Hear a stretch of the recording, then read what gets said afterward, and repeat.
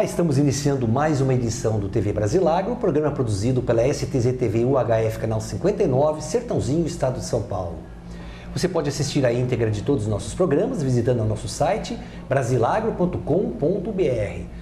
No mesmo site você se inscreve para receber todos os dias e gratuitamente ao Clipe Brasilagro, com as notícias nacionais e internacionais das cadeias produtivas do agronegócio. Se você tiver alguma sugestão, converse conosco através do e-mail tv@brasilagro.com.br. No programa de hoje nós temos a satisfação de entrevistarmos o gestor público Zé Gustavo. Zé, muito obrigado por atender esse nosso convite, por ter vindo ao Sertãozinho, ter participado do evento promovido aqui pelo Gesucro, um evento que reuniu empresários aí de vários municípios, não apenas da região, da macro-região de Sertãozinho, mas também de outras regiões do estado. E um dos assuntos que a gente percebeu e a gente sentiu assim de uma forma muito palpitante, um assunto até interessantíssimo, porque ele muda um pouquinho o grau de desânimo que marca a cadeia produtiva sucroenergética, a cadeia produtiva da cana-de-açúcar, desde o início dessa crise de 2007. E essa mudança, ela basicamente se fundamenta na visita que a candidata Marina Silva fez a Sertãozinho, e nos últimos programas nós entrevistamos Marcos Papa, vereador de Ribeirão Preto, que acompanhou a candidata nas suas últimas 3 visitas aqui à região, deixando muito claro de que ela não mudou de ideia porque agora se lançou novamente a presidência da República, mas que na verdade ela sabe da importância e assumiu um compromisso público com a agroenergia, os biocombustíveis e a bioeletricidade. E esse ânimo é um ânimo que faz com que realmente a gente gostaria de entender um pouquinho e ouvir um pouquinho da sua experiência, você que vive próximo de municípios, de gestores de municípios, o que pode representar de fato e de concreto essa mudança no horizonte político nacional? Olha, Ronaldo, eu queria agradecer a gente poder estar aqui em Sertãozinho, nesse evento, e a gente poder fazer esse bate-papo. Eu considero muito importante esse diálogo que você faz, parabenizar pelo seu programa. Obrigado. Eu assisti o último com o Marcos Papa, foi muito interessante. E, bom, eu sou administrador público de formação, estou me aproximando do setor sucroenergético agora, entendendo um pouco mais as movimentações, entendendo o que significa o setor para o Brasil, mas tem uma discussão sobre desenvolvimento sustentável e novas formas de energia há algum tempo, desde dentro da academia. O Brasil, Ronaldo, vive uma crise econômica latente, ainda que o nosso governo atual não assuma de maneira transparente, nós vivemos uma crise atual muito grave, onde as empresas têm pouca confiança em investir no Brasil. Os trabalhadores, nós estamos vendo um aumento do desemprego, ainda que maquiado. A gente sabe de muitas empresas que deram férias compulsórias aos empregados para um pouco segurar nesse momento de eleição. E o setor tem sofrido muito, né? O setor acreditou nas promessas do governo atual e do governo anterior de que seria investir, o álcool seria uma forma mesmo de produção de energia garantida para o Brasil. Infelizmente, e nesse atuado, os empresários investiram, os trabalhadores criaram expectativa, só que no final das contas, nós estamos vendo aí a crise que o setor tem vivenciado. A perspectiva, então, né, nesse sentido, né, o empresariado acreditou, assim como os trabalhadores, toda a cadeia produtiva... Fornecedores de cana. Exatamente, toda a cadeia produtiva acreditou nessa propaganda. Indústria de base, os pequenos produtores, né, o comércio, porque você tem a expectativa do comércio, sim, os trabalhadores, enfim, todo mundo se sentiu confortável. Bom, agora nós vamos ter nossa chance, e na realidade não foi isso que aconteceu, né? E agora, o que você tem? Você tem um setor muito em crise, e a perspectiva da mudança de governo traz para o setor, para vários setores da economia e para o setor sucroenergético, um alento, né? Marina, quando esteve aqui, disse, né, na era das pedras, não mudaram-se a era das pedras porque por falta de pedra. Nós não podemos mudar a era do petróleo por falta de petróleo. Nós temos que continuar o trabalho no pré-sal, o investimento no pré-sal, que é super importante para o Brasil, mas nós temos que olhar alternativas de desenvolvimento, de busca de mudança de matriz energética, e o álcool é uma delas. Então, essa fala da Marina, né, é muito importante porque dá um alento ao empresariado, põe os pés no chão.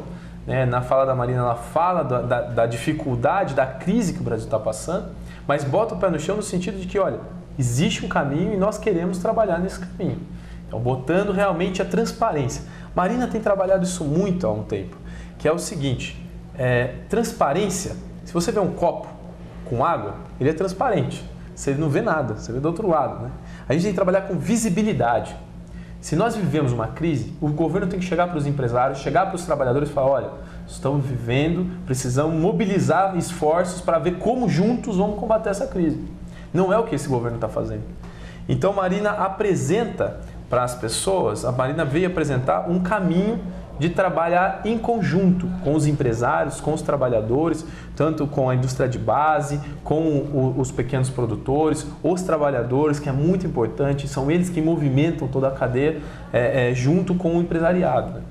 Então, a vinda da Marina traz essa perspectiva para o setor sucroenergético e para toda a economia brasileira. Deixa eu lhe perguntar uma questão estratégica. A grosso modo, os empresários até há pouco tempo não gostavam de falar de política. Tinham a questão política partidária como uma questão distante. Uma questão que deveria ser tratada, quando muito, pelos fóruns das associações, das instituições que representam de forma institucional os setores de produção. E o que a gente percebe é que quando houve a quebra do diálogo, da interlocução entre os produtores de cana e como cadeia produtiva e o governo Dilma Rousseff, houve uma ruptura, haja vista que a presidente da UNICA, que é a União da Indústria da Cana-de-Açúcar, Elizabeth Farina, ela tenta desde o primeiro dia que ela tomou posse uma audiência com a presidente Dilma Rousseff e não foi nunca recebida. Quem a antecedeu, Marcos Yanck, também tentava de todas as maneiras, usando todos os lobbies possíveis e imaginários, uma interlocução com a presidente da República e não houve comunicação nenhuma. Então a gente percebe que há um fosso muito grande aqui. E a vinda da candidata Marina Silva a Sertãozinho, que foi uma vinda emblemática, porque ela não se dirigiu à sede física e geográfica do Sindicato dos Usineiros. Ela veio a uma feira onde a indústria de base mostra a maior vitrine mundial de tecnologia desenvolvida pela indústria de base brasileira. Tecnologia verde e amarelo, desenvolvida com parquíssimos recursos federais. A maior parte dos investimentos para se adquirir essa tecnologia, que é tecnologia de ponta no mundo todo, é tecnologia financiada pelos próprios empresários. Pequenas, microempresas, grandes empresas também. Bom, isso posto, de que forma explicar o que foi dito nesse nosso evento aqui em Sertãozinho, nessa última sexta-feira, a reunião do GESUCRO. O GESUCRO é a entidade criada e presidida pelo consultor Marcos Antônio Françoia, que reúne os gestores e auditores das empresas da cadeia produtiva sucroenergética. E foi colocado nesse evento de que, a partir da vinda da Marina também, além do aumento dos valores das ações negociadas na Bolsa da Cosan, que aumentou 15%, da usina São Martim, que aumentou 12%, investidores estrangeiros que haviam se afastado do mercado de uma maneira até assombrosa nos últimos dias, nas últimas horas, têm instado escritórios de advocacia brasileiros e consultores brasileiros dizendo o seguinte: vamos procurar oportunidades de negócio novamente na cadeia produtiva sucroenergética. O que está errado no sentido de ter sido criado um fosso abissal entre o setor, o governo federal, a vinda de uma candidata sinalizando apoio ao setor e investidores estrangeiros dizendo, olha, é um mercado novamente de se apostar? Ronaldo, claramente para mim, a partir desse relato, me mostra que é a forma que dá abertura para o diálogo que aproxima o setor e dá esperança. Por quê? É o que você está demonstrando. A forma do governo atual é de não dialogar, de evitar. Às vezes criminalizar o empresariado, criminalizar inclusive o trabalhador que não consegue fazer o contato. Assim como o empresariado, o trabalhador também não consegue. Então toda a cadeia produtiva está afastada do poder institucional. E isso é uma lógica que está instituída no Brasil, em que as pessoas se sentem afastadas do poder institucional. Parece que o executivo e o legislativo nacional vivem dialogando entre si e com algumas poucas empresas que determinam algum monopólio centralizado do capital, que discutem e determinam as coisas. Pouco há o diálogo. Então, ainda que se maqueiem com algumas formas de fazer um diálogo que, na verdade, está centralizado, como, por exemplo, alguns conselhos. Agora, a Marina a fala da Marina foi muito clara no sentido de estar aberta ao diálogo, estar aberto ao debate, estar aberto a novas formas de produção de energia elétrica, estar aberta à questão do setor sucroalcooleiro, então, sucroenergético. Então, nós temos essa abertura. Então, na forma de conduzir, havia um mito, né, da Marina sobre a questão do agronegócio. Que ela não gostava do agronegócio, ou que ela era contra o agronegócio. Esse é um mito, na verdade, criado de pessoas que tinham medo dessa liderança política da Marina. E a Marina, desde 2010, tem trabalhado no seguinte: nós somos a favor do agronegócio, que investe em tecnologia, não desmata, aumenta a produtividade a partir de tecnologia e um intenso trabalho com os trabalhadores. Ou seja, as pessoas que estão a fim de produzir, avançar a partir do desenvolvimento tecnológico dentro do agronegócio, ela sempre foi a favor. E ela veio reafirmar isso, que ela vem dizendo desde 2007. Desde 2007 como isso o Marcos Papa no programa anterior deixou muito claro. 2007, depois ela voltou em 2010 como candidata, 2007 como ministra. Exatamente. E outros debates. Ela, na verdade, não mudou o discurso. Não mudou o discurso. E não acrescentou absolutamente nada também. Nada. Ela só tivemos a oportunidade agora, estamos tendo mais oportunidade de deixar isso mais claro. Então, a Marina deixou isso mais claro nesse sentido e mostrou na forma uma possibilidade de dialogar. Então, essa possibilidade do diálogo dá esperança. Para quem não tem nenhuma forma de diálogo, isso dá esperança. Então, nós temos que entender que a vinda da Marina gera essa expectativa pela possibilidade de, no programa de governo da Marina, pelo que eu estava lendo, nós temos preto no branco, né? Ali uma preocupação com as indústrias de base, uma preocupação com a questão dos pequenos produtores, uma preocupação com a questão da energia limpa. Então, essa é uma demonstração clara que está lá preto no branco, num documento de governo, e ela se abrindo para o debate, para o diálogo. Então, isso dá expectativa. E tem outro detalhe, Zé Gustavo, que eu ressalto e reputo importante, que eu queria também que você comentasse.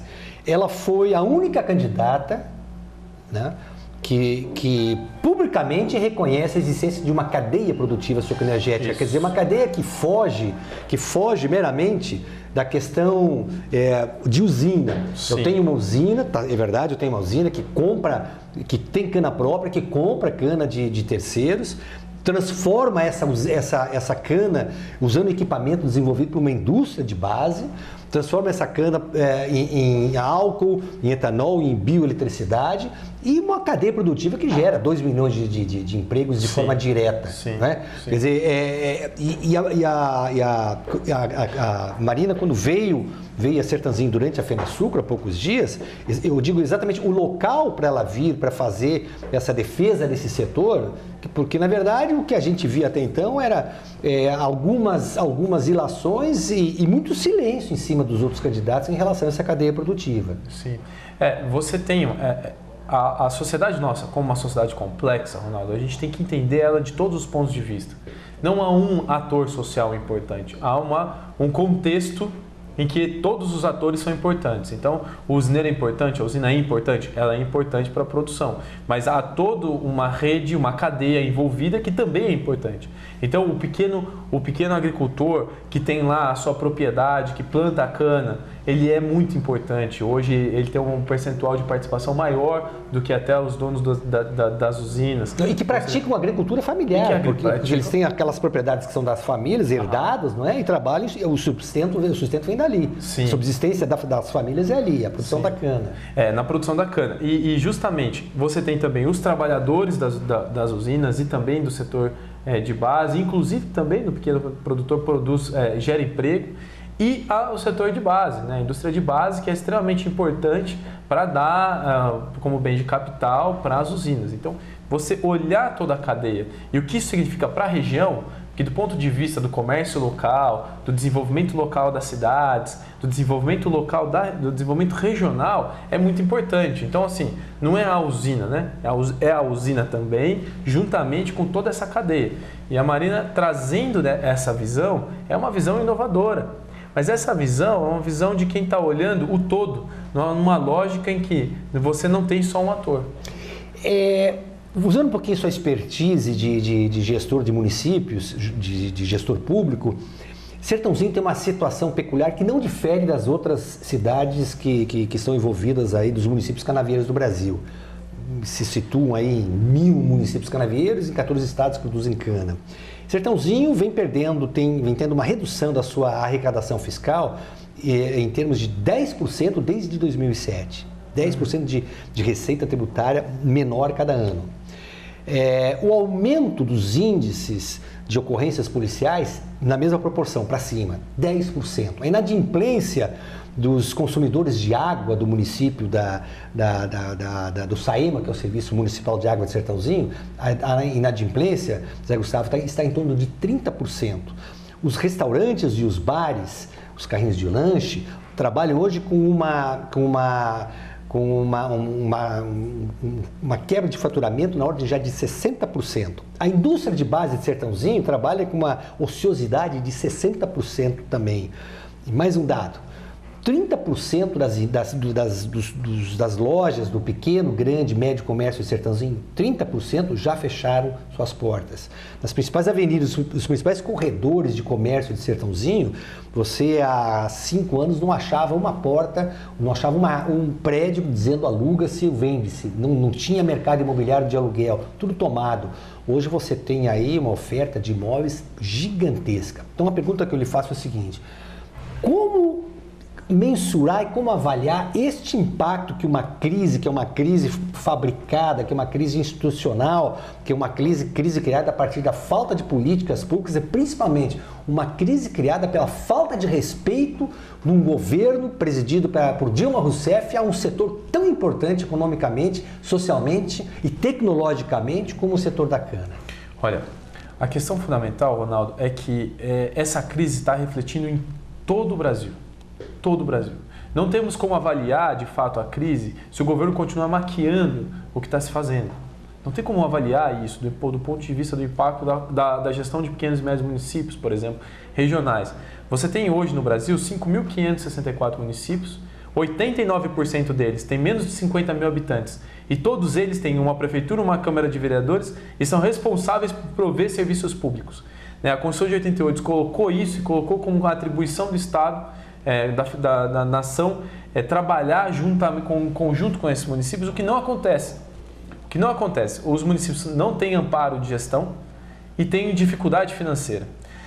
Sertãozinho tem dentro de todos esses municípios, né, tem uma benéfice por ser um polo do setor agroenergético, sucroenergético, em que poderia desfrutar mais de uma captação, de um orçamento maior.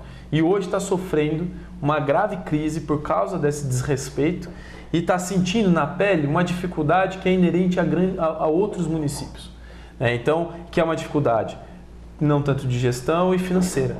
Então, há uma necessidade também da gente fazer uma política pública de amparo dos municípios a partir do governo federal. Eu acredito de verdade, Ronaldo, num novo pacto federativo, onde você faz uma atribuição discute uma nova atribuição de responsabilidades a partir também de uma discussão de uma reforma tributária, onde você não centralize os recursos só na mão da União, mas também ampare os municípios para não ter que ficar fazendo alguma guerra fiscal para captar recursos, né, para executar. Então, assim, o Sertãozinho está sofrendo isso de fato de uma maneira desrespeitosa pelo governo federal, mas ao mesmo tempo também tem a capacidade e a virtude de ter pessoas aqui no próprio município que conseguem e vão ajudar a tirar o município dessa situação. Eu acredito muito no poder mobilizador do Estado. Muito. Deixa eu lhe perguntar uma outra questão muito importante. Você já repetiu 2 a 3 vezes a questão dos trabalhadores. Sim. Que é um dos elos mais esquecidos na cadeia produtiva energética. E nós estamos falando de uma comunidade aí de 2 milhões de pessoas que vivem diretamente da cadeia produtiva. Um estudo coordenado pelo professor Marcos Fava Neves, da FEA USP Ribeirão Preto, aponta que nos últimos 6 anos foram extintos 300 mil postos de trabalho no setor canavieiro. Eu repito, nos últimos 6 anos foram demitidos 300 mil brasileiros trabalhadores, chefes de família, que perderam seus postos de trabalho, muitos dos quais, é muito comum a gente ver isso, e ficaram sem receber seus encargos sociais, muitos dos quais deixaram de ter seus seguros de saúde, seus convênios médicos, não só dos trabalhadores, mas dos seus familiares também. O número de ocorrências registradas nos postos postos de serviço de atendimento médico dos municípios canavieiros é uma coisa assombrosa. É o que você menciona, que em 88 foram criados encargos aos municípios sem haver uma contrapartida, né? E eu queria que você comentasse isso um pouquinho, já na abertura do próximo bloco. Você que andou visitando várias indústrias aqui em Sertãozinho, conversou com gestores das empresas e conversou com trabalhadores também. Eu queria que você mostrasse ao nosso telespectador a sua opinião sobre essa situação, que é uma situação muito preocupante. Nós voltamos já já.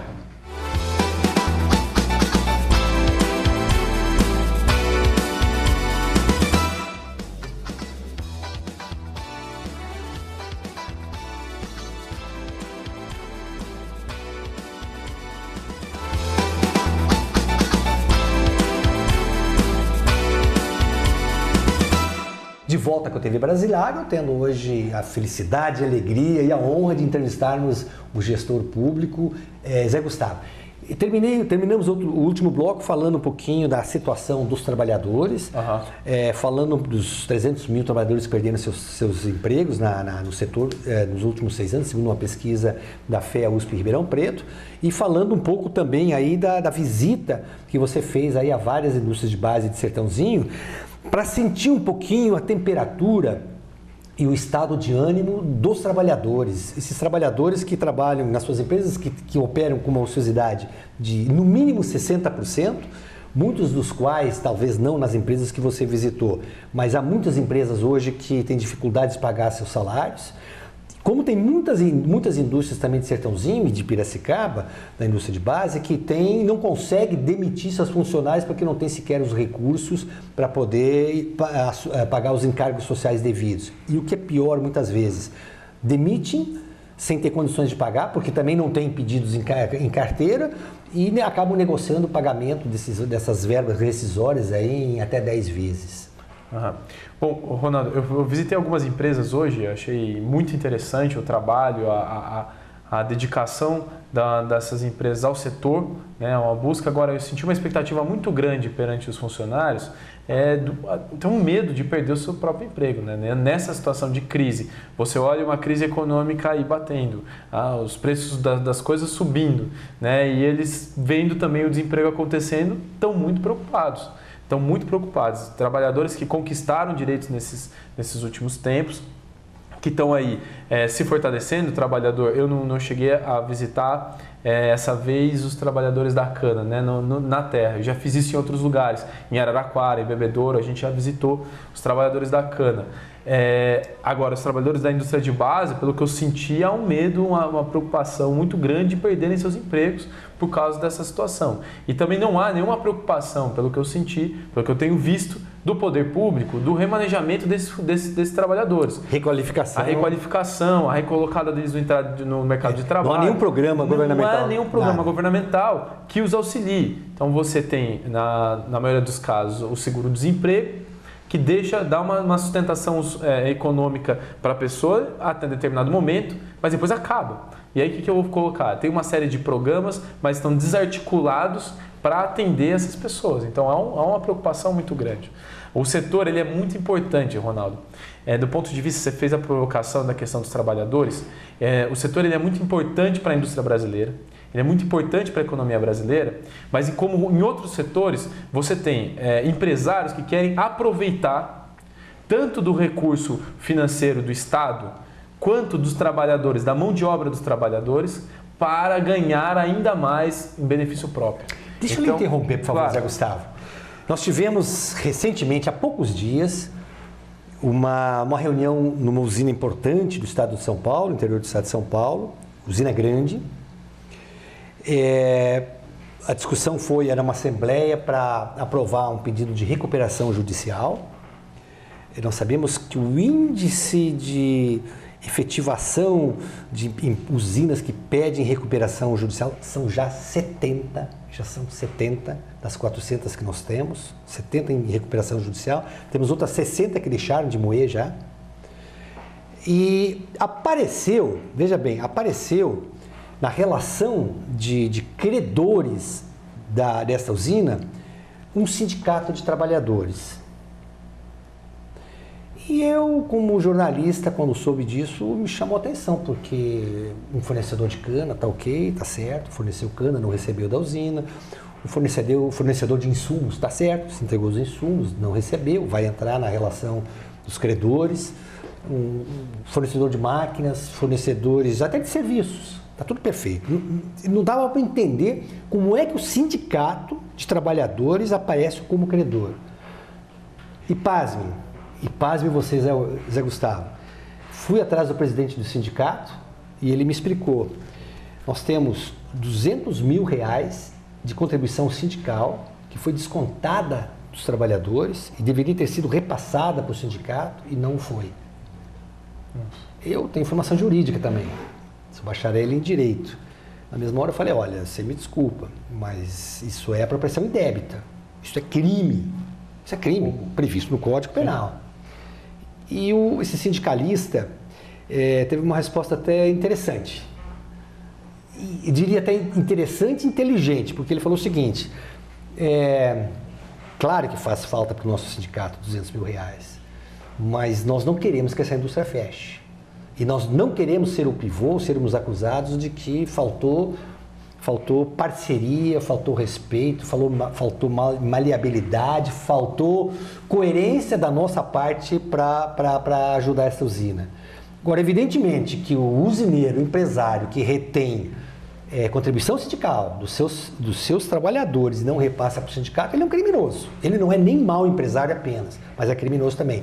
O que vem apenas a justificar o que você está colocando. É claro, Ronaldo. Então, você tem que entender, a gente tem que entender que do ponto de vista desses tipos de empresário, isso mancha também o setor. Sem dúvida. Por quê? Porque esse empresário não vê o trabalhador como um humano como ele. Exatamente. Que está lá trabalhando 8 horas por dia para ter seu salário no final do mês, para cuidar da sua família. Não está vendo isso. Então, assim, ele rouba, ele prejudica o setor, ele desequilibra a cadeia, né, e não trata as pessoas como humanos. Então, e mancha seus pares que são corretamente com seus compromissos. Então, assim, o setor todo se prejudica nessa situação. Então, nós precisamos olhar, do ponto de vista do trabalhador, né, o trabalhador é a força motriz disso daqui, e é o trabalhador um humano, uma pessoa que está lá na ponta fazendo o trabalho. E nós precisamos reconhecer como tal, ou valorizar, tanto do ponto de vista dos seus direitos, quanto do ponto de vista do seu salário, dar condições humanas de trabalho, como boa parte das empresas fazem, mas tem muitas que não fazem, e extrapolam nesse sentido.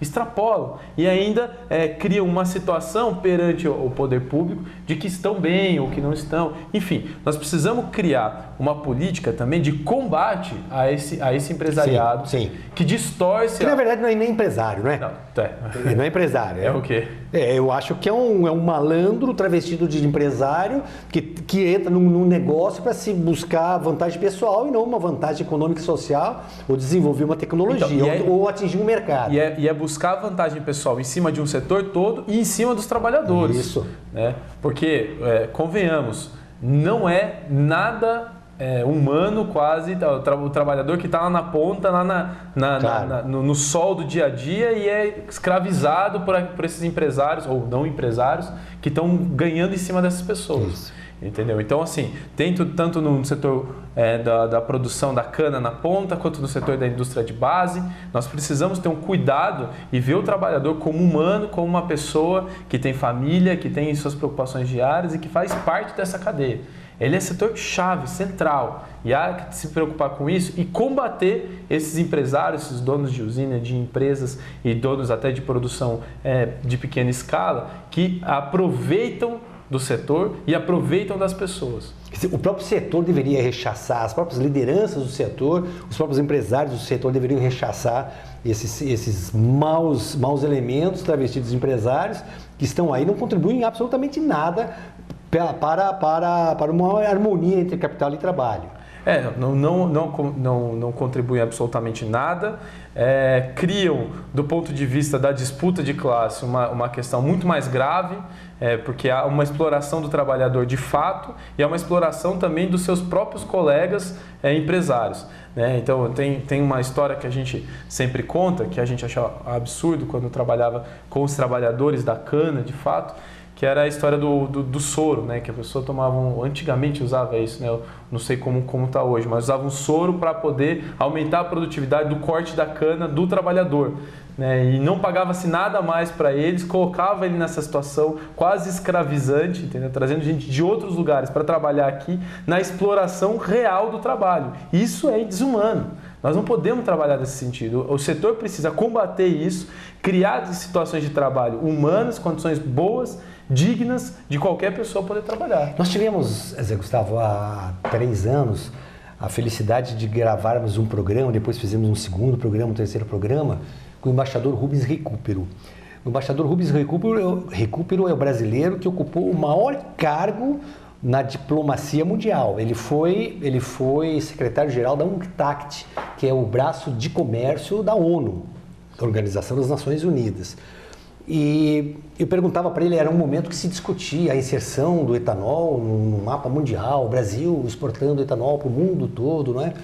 E ele chamou a atenção nossa da seguinte forma, ele falou, só vai viabilizar a exportação de etanol e também de açúcar se a empresa tiver a preocupação e tiver certificação de sustentabilidade ambiental e social. É isso que, inclusive, a candidata Marina Silva, ela vem desde 2007, já enquanto ministra do Meio Ambiente, ela já vem defendendo. Não tem forma de você conquistar um mercado internacional e esse conceito vale para o Brasil. Você pega hoje grandes marcas como Coca-Cola, como Antártica, não compram açúcar de usinas que não tenham certificação ambiental e social. Uhum. Quer dizer, não pode ter subemprego, emprego infantil, emprego escravo. Você não pode. É a melhor maneira, aliás, isso a polícia, os técnicos que cobrem a área policial, os jornalistas, o que falam? A melhor maneira de você atingir ao traficante, ao criminoso, é você indo no caixa dele, né? Indo no faturamento dele. Isso é melhor, não é nem a prisão dele, não. Você pega o faturamento e corta ali o faturamento dele. Isso está valendo também para os nossos mercados aqui. Sim, está valendo e tem uma questão assim, eu abordei do ponto de vista de a gente ter que olhar as pessoas como humanos e as tratá-las como tal, sendo trabalhadores. Você está trazendo também do ponto de vista do mercado externo, para você conseguir vender para fora, o empresário vai ter que, se não olhar a pessoa como humano, ser exigido de olhar, exato, porque senão não vai vender. Eu gosto mais de olhar o empresário, humanizar o empresário. Perfeito. E colocar ele no mesmo nível das pessoas que estão lá na base, no chão da fábrica, lá na terra, plantando a cana, cortando, enfim, trabalhando lá na terra. Então, esses 2 pontos são juntos, né? Então, tem a questão internacional e tem a questão do humano. Então, você falou da sustentabilidade ambiental, então a preocupação sem depredar mais. Hoje, o estado de São Paulo, Mata Atlântica, hoje nós temos só 7% de Mata Atlântica. É muito pouco, nós preservamos muito pouco. E se nós continuarmos da maneira que nós estávamos, nós vamos acabar com a Mata Atlântica. Então nós não podemos fazer isso, não podemos ser mais predadores. Nós temos que ter a sustentabilidade ambiental, a sustentabilidade, e você trouxe a social desse ponto de vista. Eu vou avançar né? Quando a gente fala de sustentabilidade, a gente está falando de econômica, política, ética, estética, cultural, ambiental e social. Mas eu vou avançar no setor, na questão da sustentabilidade cultural. Uhum. Cultural. Nós, no interior do estado de São Paulo, nós temos um viés do caipira, né? O caipira que está se atualizando. Verdade. E o caipira, ele é aquele que tem a preocupação com a terra. É aquele que mexe na terra. Ele nasceu ali. Viveu ali. Ele Ele tem uma identificação com os rios. Então, nós que estamos aqui fazendo esse debate e as pessoas do setor precisam manter essa questão. A questão cultural da identificação com a terra, da identificação com os rios, o que é importante. Hoje, nossa crise hídrica, Ronaldo, por mais de pontos de vista de gestão, de infraestrutura que nós temos passado, é uma questão da nossa falta de identidade com os nossos rios. Antigamente, que a gente ia para o rio, nadava e tinha aquela questão mais próxima do rio. Nossos pais iam pescar, era a diversão deles, talvez a única diversão que tinha. Exatamente. Com a industrialização, com a urbanização, a ampliação, a gente não tratou direito os nossos esgotos, começamos a jogar as coisas no rio. Aí o pai falava assim, menino, não vai nadar no rio que você vai ficar com dor de barriga. E aí a gente foi criando, desidentificando com o rio. E as nossas casas que eram viradas para o rio, viraram de costas. Então é responsabilidade nossa, minha como formador de opinião, do setor como o olhar e contato direto com a terra, ter essa responsabilidade de reidentificação com os rios. Né? Então a produção tem que estar ligada a isso também, ligada com a cultura do caipira, da sua própria produção, da agricultura familiar, como falávamos há pouco. Então isso é muito importante, a sustentabilidade ambiental, a sustentabilidade social, do cuidado do humano e a sustentabilidade cultural, de preservação dessas nossas raízes. Né? Eu não considero, às vezes as pessoas falam, né, o caipira como uma coisa pejorativa. O caipira tem uma sabedoria histórica, né, que nós devemos preservar.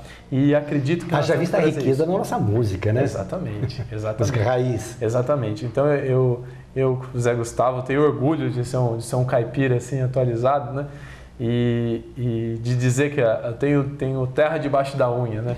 Que essa coisa de mexer na terra e ter essa identificação é muito importante. Eu acho que o setor pode se estimular também a fazer esse debate que tem sido valorizado no mundo. Então, aí pegando do ponto de vista do mercado, empresas que têm esse cuidado mais ampliado, e não só o cuidado com o pensamento do lucro, mas o pensamento em outras questões, têm sido valorizadas fora do país, têm sido valorizadas também no mercado. Então, há de ter essa preocupação também. Ainda na questão das empresas e dos empresários, bons, maus empresários, recentemente o jornal Valor Econômico, e nós tivemos hoje a felicidade de termos aqui em Sertãozinho, nesse evento do GESUC, do qual você participou também, a vinda do jornalista Fernando Lopes, que é editor de agronegócios do Sim. Valor Econômico. E ele mostrou uma questão que é muito interessante, dizendo que um dos erros dos protagonistas do agronegócio é eles não mostrarem esta riqueza do interior do Brasil. Ele até fez um questionamento. Quem é que conhece Sorriso? Pouquíssima gente da plateia levantou. Quem é que conhece Rondonópolis? Menos gente ainda. Quem é que conhece Dourados? Pouca gente. E você tem nessas novas fronteiras agrícolas, você tem um mundo completamente novo, diferente.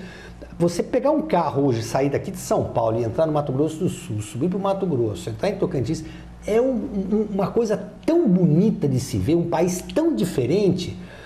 Como é que um governo federal dá as costas para um potencial desse imenso que nós temos e vira as costas também para o principal negócio da economia nacional, que é o agronegócio? Olha, Ronaldo, eu sinto que há uma desidentificação, como eu te disse, da nossa própria identidade como caipira e como brasileiro. Né? A preocupação do governo de gerir a riqueza e a preocupação do empresário, do setor, de gerar a própria riqueza. Né? E a gente perde o conceito fundamental de que viemos da terra, viemos desse interior, é esse espaço que nos dá a riqueza e que faz a gente gerir a riqueza, e nós perdemos essa identificação. Né? Há um descolamento mesmo cultural nosso. Há um descolamento. Nós estamos olhando para fora e esquecendo de olhar os nossos próprios pés, aonde nossos pés estão fincados. Então, há uma responsabilidade do setor, do cuidado também com as pequenas e médias prefeituras. Né? Às vezes, uma grande empresa, seja do setor de base, ou seja uma usina, emprega muito mais. Se ela quebra para a própria cidade, porque boa parte dos habitantes trabalham nessa empresa, então há uma responsabilidade com aquela cidade muito grande. Então o empresário precisa ter essa noção, e às vezes não tem, às vezes por uma disputa de imposto, né? Um cruzamento numa guerra fiscal, consegue uma isenção em outro lugar, sai de uma cidade e vai para outra. e cria um problema social naquela cidade. Então, falta-se sim uma identificação maior, sabe? Ainda no setor sucroenergético, uma notícia que trouxe uma preocupação muito grande, na verdade, uma irritabilidade muito grande em relação à Petrobras. A Petrobras é sócia de algumas usinas grandes e uma delas é uma cooperativa de produtores rurais franceses, grupo Tereos, usina Guarani. Pois o presidente da Tereos, ele deu uma entrevista ao mesmo jornal Valor Econômico, dizendo que eles estavam estocando etanol porque pós-eleições o preço da gasolina vai aumentar. É lícito isso, a Petrobras ser sócia de uma usina e estocar etanol e apostar que depois do aumento, depois das eleições vai subir de preço e eu vou ganhar com isso? Dentro da perspectiva de que nós temos informações assimétricas, né, do mercado, e a Petrobras, por deter ali parte desse monopólio da distribuição e do controle do petróleo no Brasil, eles têm informações e vão lidar com elas de maneira que eles achem melhor. Hoje você tem um governo que tem uma visão de mundo, visão de Estado, e está usando dessa maneira. Eu queria só puxar um pouquinho, você trouxe uma informação importante que há muitas usinas multinacionais, grandes grupos... 40%. 40%. Em 2006 não chegava a 5%, já são 40%. Então, desses grupos internacionais dentro do Brasil gerindo o setor. Gerindo mal.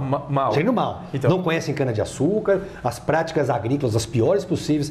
As práticas de relacionamento com fornecedores de cana, muito ruins, e as práticas de relacionamento, a grosso modo, com os trabalhadores através dos seus sindicatos, pior ainda.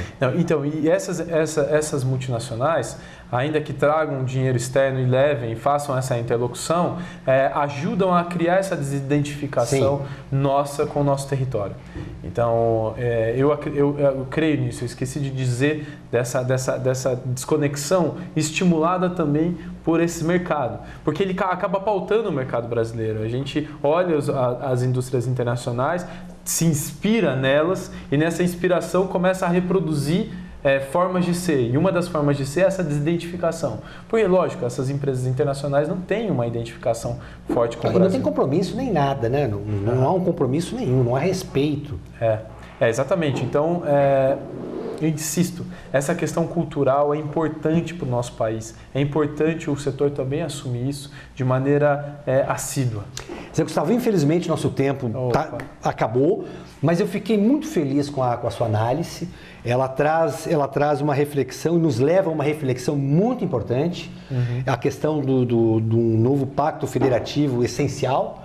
Não é possível que 12% do ICMS do etanol hidratado aqui no estado de São Paulo, 25% nos outros estados, isso prejudica toda a cadeia produtiva sucroenergética, é apenas um exemplo.